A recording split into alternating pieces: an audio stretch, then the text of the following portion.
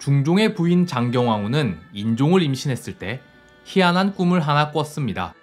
한 선비가 꿈에 나와 아이의 이름을 억명으로 지으라고 한 건데요. 하지만 장경왕후는 아무에게도 이 사실을 말하지 않고 몰래 이름을 적어서 벽에 붙여놓기만 했습니다.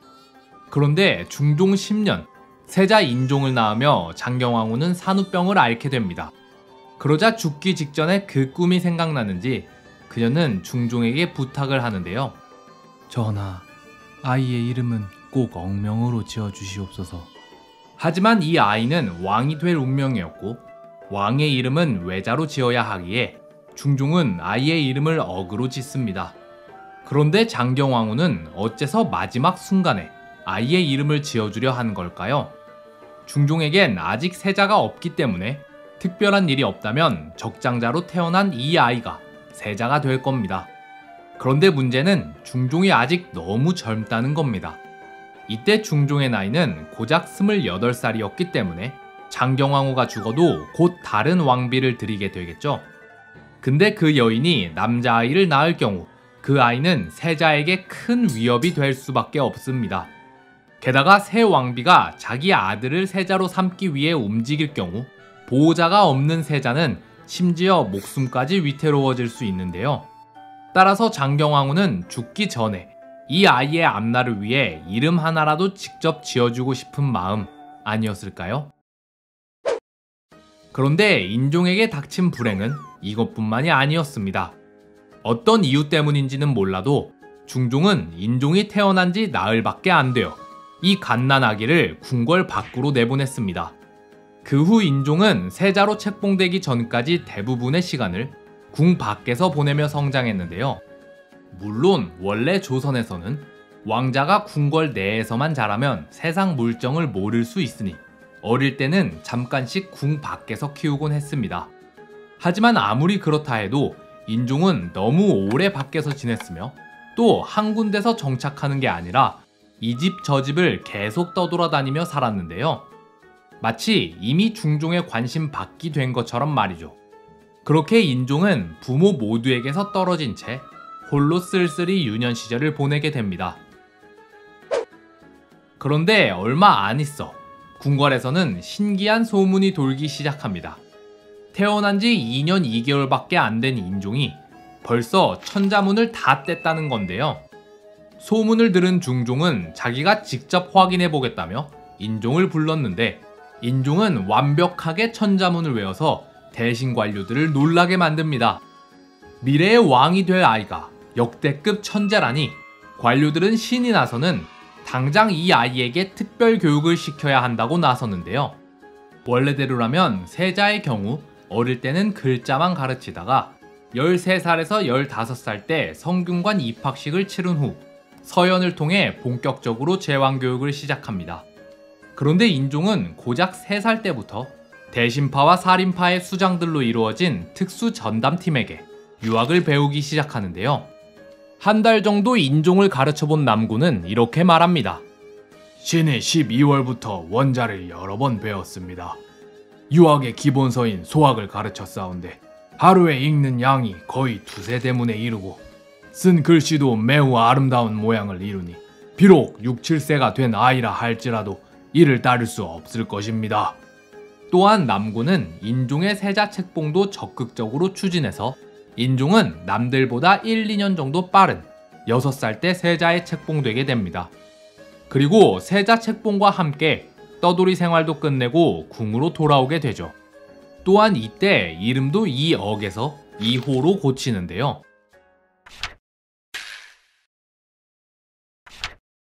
하지만 궁으로 돌아왔음에도 인종에게 주어진 불행은 아직 끝나지 않았습니다. 인종에게는 2명의 큰 적이 있었습니다.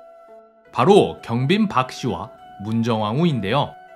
사실 인종은 중종의 첫째 아들이 아니었습니다.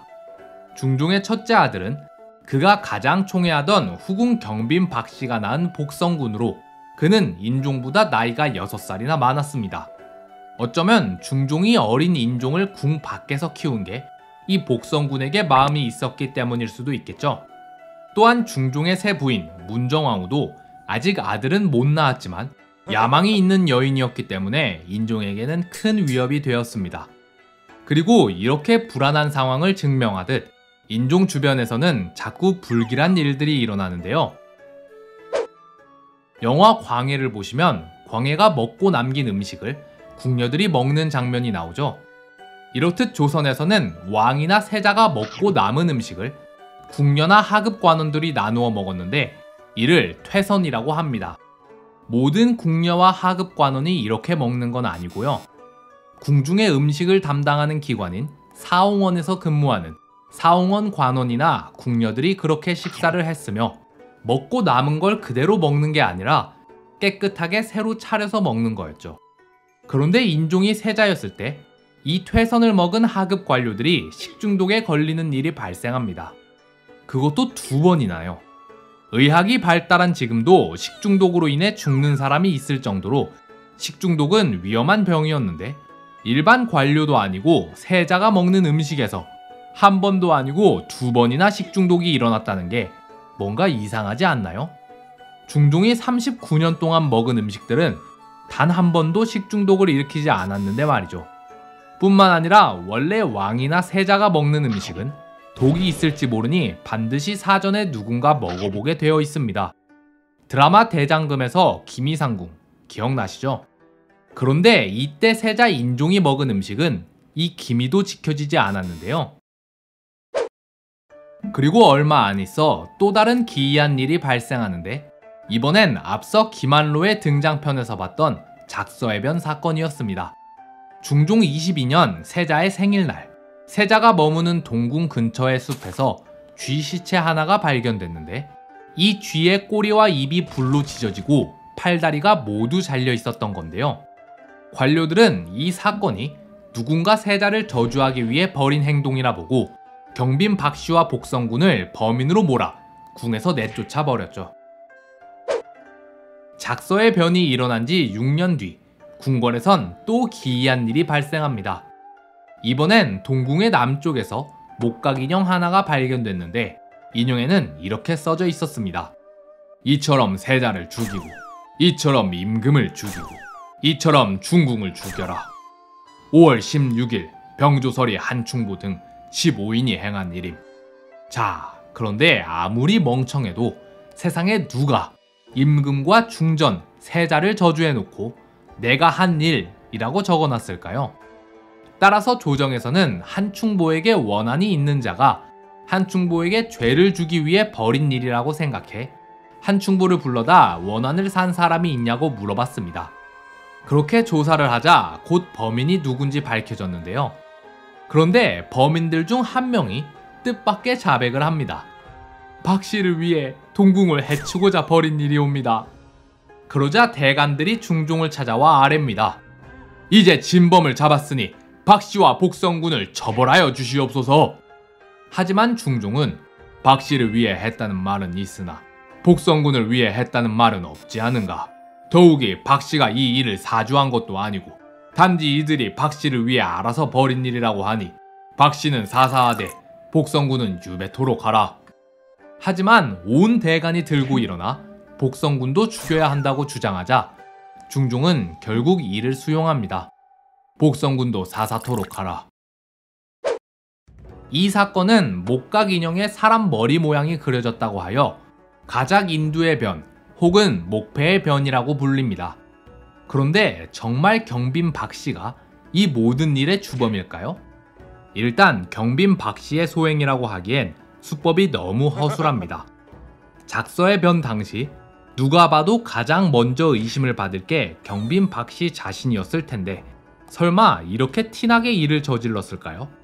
또한 가작인두의 변도 세자를 진짜로 해한 게 아니고 그냥 저주만 한 건데 이렇게 대놓고 했다간 당연히 조사를 받을 테고 그럼 금방 범인이 누군지도 드러날 텐데 이 일을 경빈 박씨가 시켰을 리는 없을 것 같습니다. 자, 그럼 과연 이 두 가지 일은 누구의 소행일까요?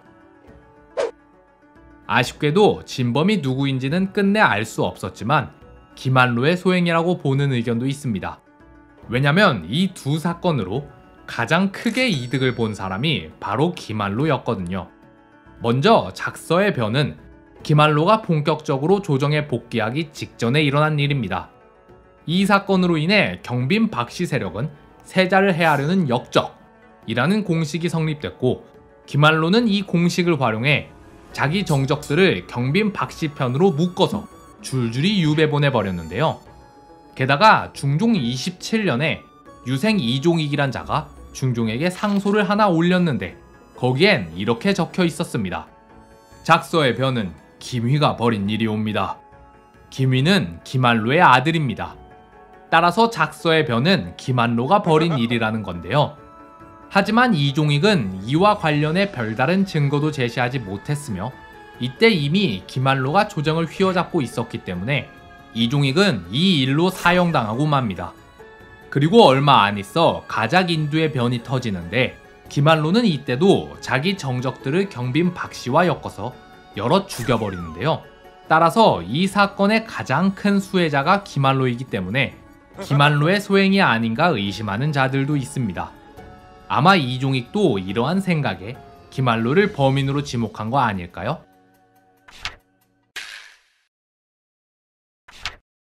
어쨌든 이렇게 두 개의 큰 사건이 지나자 이제 드디어 세자에게 평화가 찾아오나 했는데 얼마 안 있어 가장 큰 불행이 닥치니 문정왕후가 중종의 아들을 낳은 겁니다. 게다가 세자 인종은 부인의 후궁까지 뒀지만 아직 자식 한 명 보지 못했고 몸도 허약했으니 야심가였던 문정왕후의 마음에 불길이 치솟지 않았을까요? 뿐만 아니라 이 이후로 문정왕후를 향한 중종의 총애가 더욱 커졌고 문정왕후의 남동생인 윤원로, 윤원영 형제에게도 점점 힘이 실리기 시작하는데요. 그러자 이에 위기의식을 느낀 김한로는 윤씨 형제를 제거하기 위해 움직였으나 오히려 중종의 배신으로 하루아침에 제거당하고 맙니다. 그렇게 이때까지 세자의 보호자 역할을 했던 김한로가 죽자 조정은 본격적으로 두 세력으로 갈라지기 시작하는데요. 세자의 외삼촌인 윤임을 필두로 한 대윤과 문정왕후의 동생이자 경원대군의 외삼촌인 윤원영을 필두로 한 소윤으로 말이죠. 그런데 두 세력 간의 세력 다툼이 계속되자 대사원이 이를 문제 삼는데요. 요즘 조정에선 관료들이 대윤, 소윤으로 편을 나누어 사사로이 붕당을 형성하고 있사옵니다. 이들에 따르면 대윤 측은 세자를 따르는 자들이라 하고 소윤은 경원대군을 따르는 자들이라 하옵니다. 주상께서 나라를 다스리고 계심에도 벌써부터 세자에게 아첨하려 하는 자들은 지극히 간사한 무리이며 세자가 있는데도 대군에게 마음을 두는 자들은 포악한 역적의 무리이옵니다. 자, 여기서 잠깐 앞서 이중인격자 중종편에서 중종이 말년에 굉장히 이기적인 행동을 하나 했다고 했죠. 여기서부터가 그 행동에 대한 얘긴데요.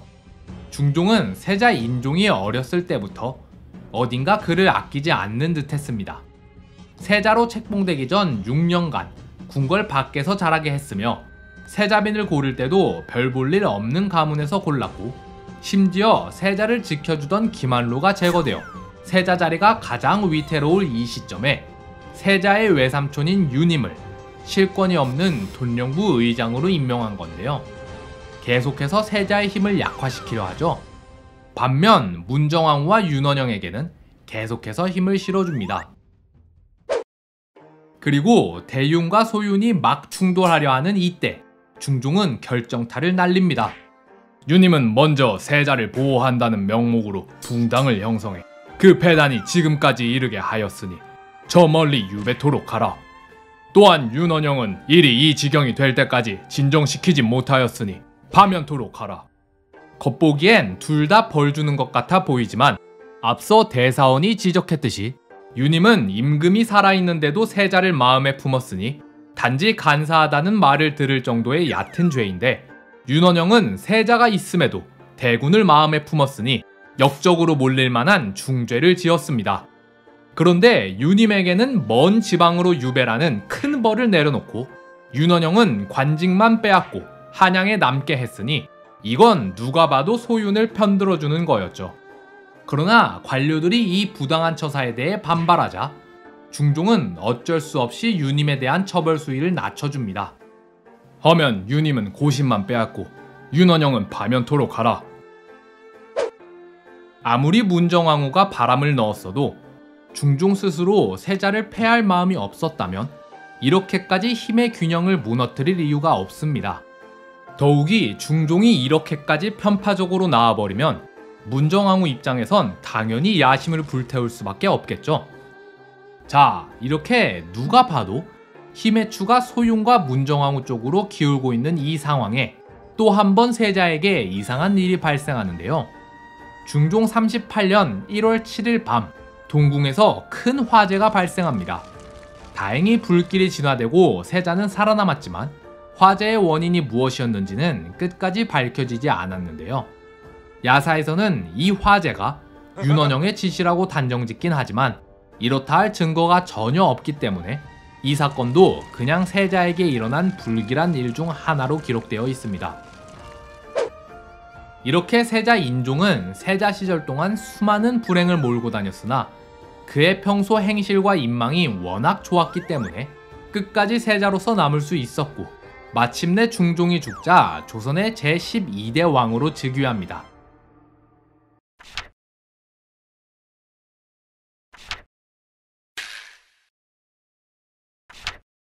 인종은 세자 시절부터 어질고 총명한 면모를 많이 보였기에 대신 관료들의 기대를 한 몸에 받고 자랐습니다. 총명함에 대해선 전편에서 살펴봤으니 오늘은 인종의 어진 면모에 대해 한번 알아볼까요? 인종이 세자였을 때 옥대와 단주가 사라진 적이 있었습니다. 그러자 동궁에서 일하던 궁녀는 인종에게 의심 가는 자들을 잡아다 국문하자고 건의했는데요. 하지만 세자 인종은 허나 그러다가 죄 없는 자들이 화를 입게 되면 어찌하느냐. 이런 보물들은 사람들 사이를 돌아다니다가 결국 가야 할 대로 갈 것이니 내가 이 보물에 걸맞은 주인이라면 다시 돌아올 줄 어찌 알겠느냐 라며 그냥 넘어갔습니다. 그리고 시간이 흐르자 과연 인종이 말한 대로 이 보물들이 여러 사람의 손을 거쳐 다시 인종에게 돌아왔는데요. 또한 보물이 돌아온 경로를 역으로 추적하니 마침내 처음 보물을 훔친 범인도 잡게 됩니다. 이렇게 보물은 보물대로 돌아오고 무고한 사람들이 생기지도 않고 딱 범인만 잡아내니 이 이야기를 들은 신하들은 인종의 어진 성품에 감탄했다고 하는데요.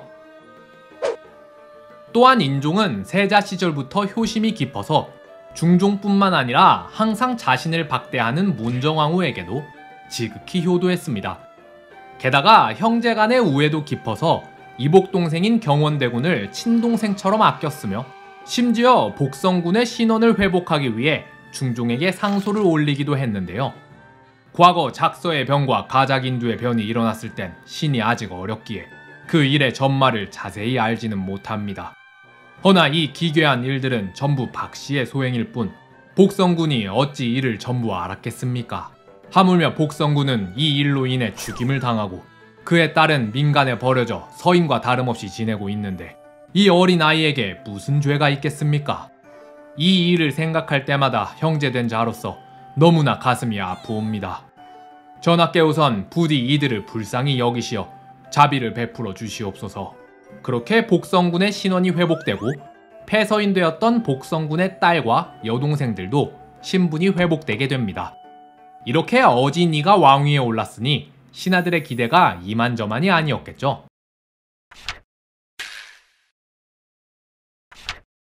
인종은 어려서부터 열심히 공부에 매진했습니다.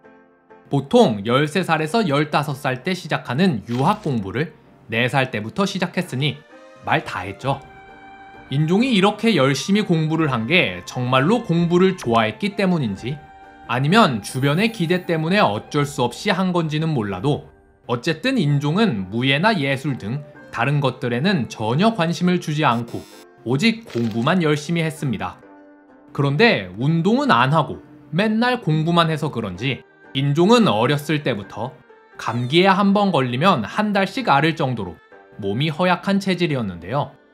게다가 중종이 말년에 몸져 누웠을 때 세자 인종은 중종 곁을 떠나지 않으며 지극히 간호하느라 더욱 건강을 해쳤습니다. 인종은 꼭 중종에게 올릴 약을 먼저 맛보았고 처음에는 잠을 편히 못 자는 정도였으나 중종이 점점 위독해지자 아예 옷을 벗지도 않은 채 계속 중종을 간호했으며 이 때문에 식사도 제대로 하지 못했는데요. 그렇게 인종은 이미 처음 즉위했을 때부터 몸이 상할 대로 상한 상태였는데 중종의 제사 기간 동안에 철저하게 음식을 거부하며 더욱 몸을 혹사시켰습니다. 원래 조선에서는 유교의 예법에 따라 상중에는 식음을 전폐하고 그 후에도 3년간 고기를 먹지 않았습니다. 그러나 이로 인해 몸을 상하는 사람이 많았기에 이미 세종이 유언으로 7일 후에는 고기를 먹으라는 명령을 내려놨는데요. 왕들 중에는 종종 효심을 보여주기 위해 좀 더 예법을 지키곤 했으나 얼마 안 가서 다들 고기를 먹었죠. 그런데 인종은 어째서인지 끝까지 음식을 거부하며 심지어 죽만 마시고 소금과 간장조차도 먹지 않았는데요. 이렇게 극단적으로 식사를 통제하다 보니 인종은 즉위 2개월 만에 벌써 외모가 수척해지고 기침도 심하게 했으며 심지어 헛구역질까지 하기 시작합니다. 그러자 이런 인종의 모습을 보고 충격받은 관료들은 이 이상 몸을 혹사시키면 오히려 불효가 된다며 인종에게 고기를 먹을 것을 적극 권유했는데요. 하지만 인종은 그때마다 지금은 병이 없어졌으니 괜찮소. 이젠 고기도 먹기 시작했으니 걱정하지들 마시오. 라며 거짓말을 하면서까지 식사를 거부했습니다.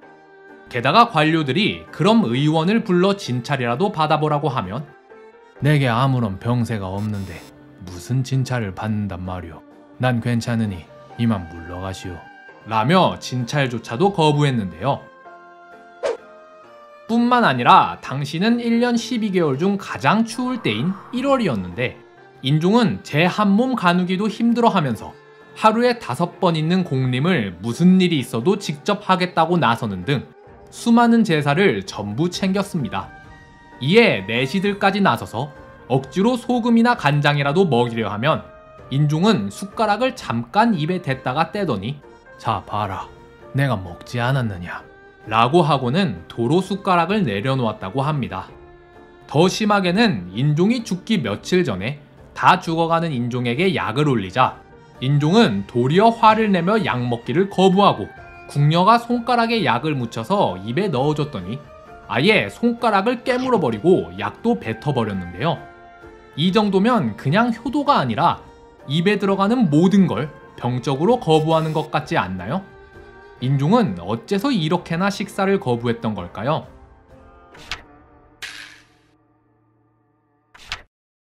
자, 여기서부턴 제 개인적인 의견이니 걸러 들으시길 바라겠습니다. 인종은 어려서부터 부모의 사랑을 못 받고 자랐습니다. 어머니는 산후병으로 돌아가셔서 얼굴도 못 봤으며 아버지 중종은 어째서인지 어린 자신을 자꾸 궁 밖으로 내보내려 했는데요. 단지 버림받은 느낌만 들었으면 또 모르겠는데 세자가 되어 궁으로 돌아오니 주변에서는 자꾸 기이한 일들이 벌어지며 왠지 누군가 자기를 해치려 한다는 의심까지 들기 시작합니다. 덤으로 새엄마인 문정왕후는 항상 세자 인종을 박대했다고 하죠. 이쯤 되면 이 어린아이가 느끼기에 항상 사랑의 결핍을 느끼지 않았을까요? 게다가 하필 3살 때 천자문을 떼버린 바람에 온 조정에선 이 아이를 천재라 치켜세우고 나이에 맞지도 않는 공부를 억지로 시키려 했습니다. 항상 사랑의 결핍이 있는데 일단 공부를 하면 사람들이 자기를 좋아해주니 아이는 그 나이에 걸맞은 놀이나 쉼도 포기하고 오로지 공부에 전념하며 사랑을 갈구하지 않았을까요?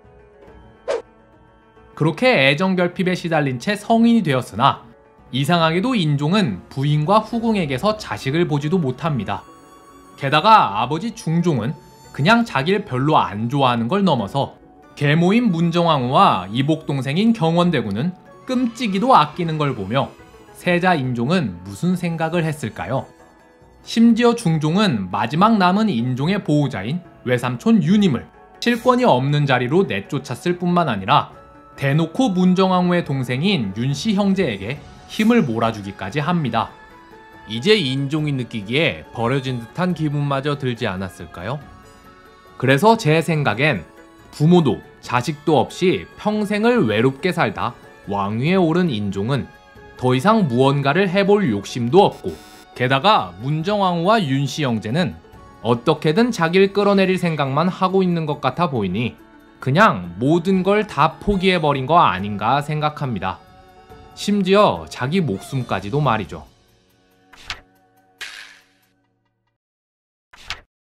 인종은 왕위에 오른 지 3개월쯤 지나서 마침내 그토록 거부하던 의원의 진찰을 받아봅니다. 그런데 진찰 결과를 들은 신하들은 깜짝 놀라는데요.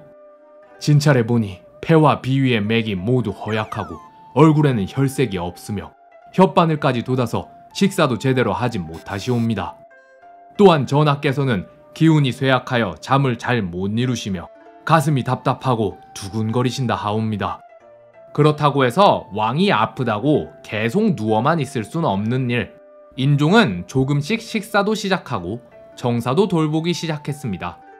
그러나 너무 오래 죽만 먹어서인지 음식은 도무지 넘어가질 않고 건강은 계속 악화되었는데요. 그렇게 두세 달쯤 혼신의 힘을 다해 정사를 돌보던 인종은 6월 말쯤 다시 몸져 눕더니 심지어 일어나기도 힘들 지경이 됩니다. 이에 걱정이 된 대신들은 직접 왕을 봐야겠다고 했으나 인종은 한사코 거부했는데요. 결국 영의정이 대신들과 함께 억지로 밀고 들어가자 인종은 그제서야 의관을 차려입고 대신들을 맞이합니다. 하지만 대신들이 본 인종의 상태는 가히 충격적이었는데요. 어서들 오시게. 전하, 이리도 용안이 수척하신데 어찌 약을 들지 않으시는 겁니까? 사실 이달 초부터 이지를 알았는데 20일 무려 다시 병이 나더니 그 뒤로 인종은 눈이 빨갛게 충혈되고 얼굴은 죽은 자나 다름없을 정도로 수척했으며 눈동자가 초점을 잡지 못해 자꾸 흔들리고 기운이 없어서 제대로 말도 할 수 없는 지경이었습니다. 그 뒤로도 계속 정신을 잃었다 깨기를 반복하던 인종은 병상에 누운 채로 오랫동안 생각해왔던 일을 2가지 처리합니다. 조광조의 일은 내가 늘 마음속에서 잊지 않았으나 선왕께서 살아계실 때 허락하지 않으셨으므로 내가 감히 가벼이 고치지 못하고 천천히 하려 했소. 허나 이제는 내 병이 위독하여 다시 살아날 가망이 전혀 없으므로 유언으로라도 이 일을 전하고 싶소. 조광조 등의 벼슬을 돌려주고 혈량가도 다시 회복하여 이전에 합격이 취소된 자들도 다시 등용해 주시오. 그리고 결국 죽음이 임박했음을 깨달은 인종은 그동안 미뤄왔던 마지막 말을 전하기 위해 대신들을 불러 모으는데요. 내 경원대군에게 양위할 테니 그리 전하시오. 그리고 바로 다음날 인종은 숨을 거두고 맙니다. 인종의 죽음과 관련해서는 여러 의견들이 있습니다. 인종은 마치 죽기를 바라는 것처럼 한사코 음식을 거부했고 심지어 약도 먹지 않으려 했는데요. 그런데 인종이 단순히 죽고 싶어서 음식을 거부했다고 하기엔 죽음으로까지 가는 8개월의 과정이 너무 힘들지 않았을까요? 그동안 계속 고통을 감내해야 했을 테니까요. 굳이 음식을 거부하는 것 말고도 죽음으로 가는 길은 많이 있었을 텐데 말이죠. 그럼 일부러 죽고 싶어서 음식을 거부한 게 아니라면 인종은 어째서 이렇게까지 음식을 먹지 않으려 한 걸까요? 그 이유는 어린 시절의 기억 때문인 것 같습니다. 인종은 어려서부터 각종 불길한 일들을 달고 살았습니다. 계속해서 암살의 위험에 시달리며 초조한 나날을 보냈는데요. 따라서 인종은 왕이 되어서도 암살에 대한 두려움을 떨치지 못한 것 같습니다. 그렇게 왕이 된 후에는 이 두려움이 거의 강박이 되어 독살을 당할까봐 두려워서 한사코 음식을 거부한 것 같습니다. 게다가 어린 시절 식중독에 걸릴 뻔한 기억이 2번이나 있으니 독살에 대한 공포가 더욱 컸으리라 생각되는데요. 그래서 음식뿐만 아니라 약까지도 한사코 거부한 게 아닐까요? 일각에서는 인종의 죽음이 진짜 독살 때문이었다는 의견도 있습니다. 야사에서는 문정왕후가 건넨 독이 든 떡을 먹고서 인종이 죽음에 이르렀다고도 하는데요. 하지만 이러한 얘기들은 별다른 근거가 없기 때문에 인종이 정말 독살을 당했을 거라는 건 누군가의 의견 정도로 치부하시는 게 좋을 것 같습니다. 자, 이렇게 인종이 죽자 마침내 문정왕후는 아들 경원대군을 왕위에 올리며 꿈에 그리던 수렴청정을 시작하는데요. 다음 시간엔 이 문정왕후에 대해 한번 알아봅시다.